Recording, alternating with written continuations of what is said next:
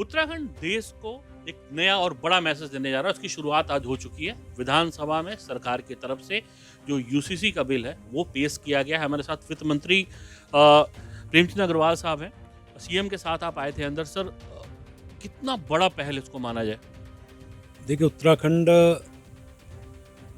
के हम लोग हैं।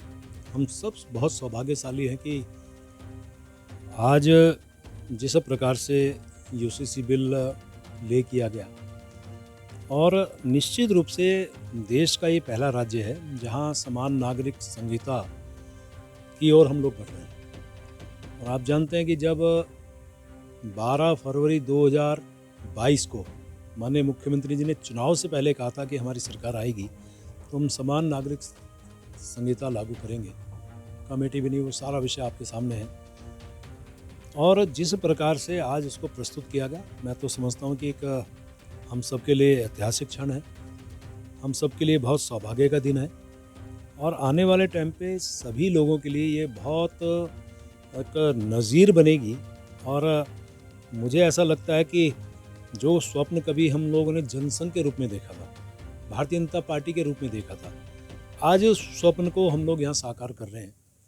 क्योंकि आप जानते हैं मैं संघ पृष्ठभूमि का हूँ, और ऐसे ऐसे मुद्दे, चाहे धारा 370-35 एक ही बात हो, चाहे श्री राम मंदिर के उस भव्य मंदिर का निर्माण की बात हो, चाहे 3 तलाक ख़त्म करने की बात हो, ये सारे वो जो विषय हैं वो आज हमारे इन्हीं आंखों के सामने पूरे हो रहे हैं।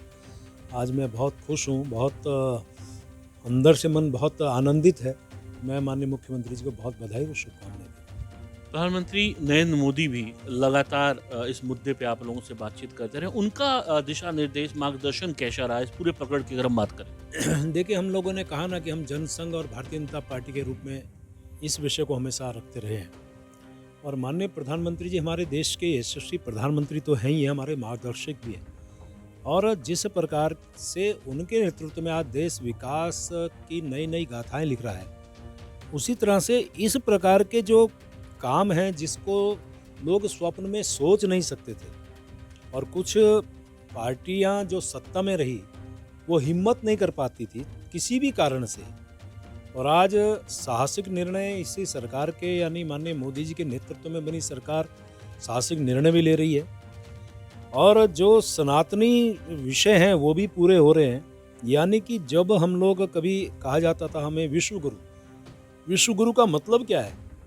हमारी सनातनी परंपराएं, हमारे रीति रिवाज, हमारी संस्कार, हमारी संस्कृति, हमारी सभ्यता जो बीच में ख़त्म हो गई, और कुछ लोगों ने उसे तुष्टीकरण के कारण उसे आगे नहीं बढ़ने दिया। तो आज माननीय प्रधानमंत्री जी की दृढ़ इच्छा शक्ति के कारण आज ये सब संभव हो रहा है। सब संभव हो रहा है। सर, हमने देखा सदन के अंदर कि विपक्ष थोड़ा सा इसमें जो है विरोध की भूमिका में नजर आया। विपक्ष के साथियों से आप क्या कहना चाहेंगे? ये एक बहुत बड़ा अवसर है, विपक्ष के साथियों के से क्या अपील करना चाहेंगे?